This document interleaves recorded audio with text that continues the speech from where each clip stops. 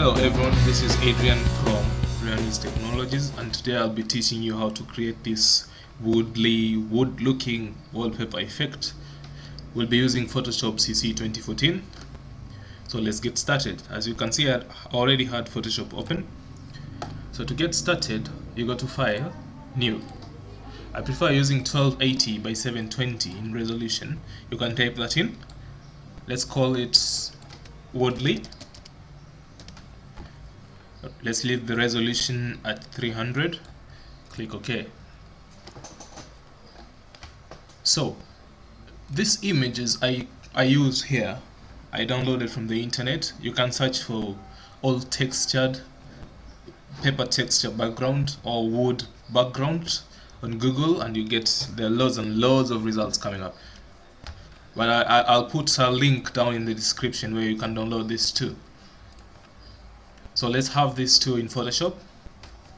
File, Open. I save them on my desktop. Woodly. Control click to select all of them, or click Control All. Open.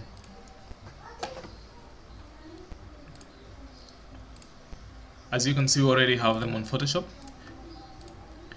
So to get this here in our project file or our project tab,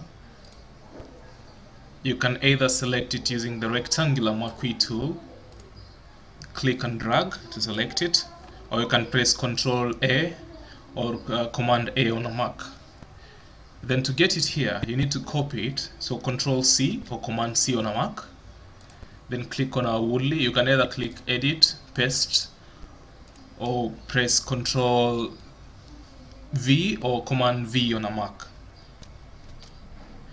As you can see, it's not fitting the whole width and the height, so you need to select it.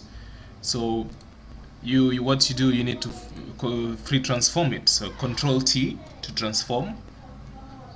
Then you need to drag here. Then to finalize it, you can press Enter or just select on the tick button here.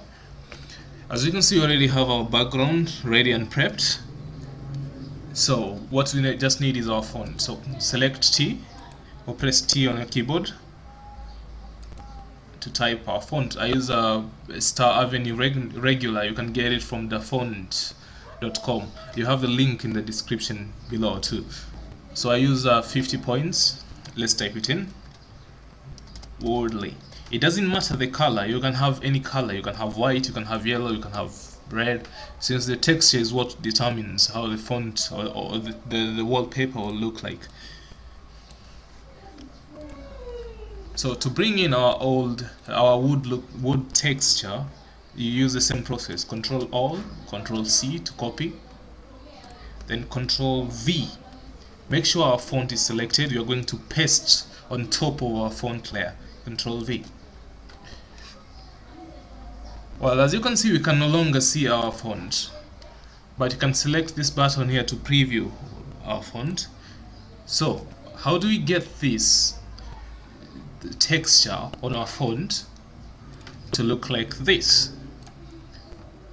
What you have to do is you have to create a clip mask. So Control Alt G or Command Alt G on a Mac to get that effect. As you can see, it's flat. It's not as embossed, as fancy looking as this wallpaper we have here. So how do we get to that? You have to right click on your text layer, Woodly, right click on that, select blending options, bevel and emboss. As you can see, you already have some formation, some bevel effect on it. Select bevel and emboss, increase the size to around, I think 13 will do, or let's make it 9 should do fine, or rather let's have 10. Then select contour. Contour will give us the highlights and the shadow on the fen to create that fancy looking effect. So click on contour, reduce the range to around 33, then click OK.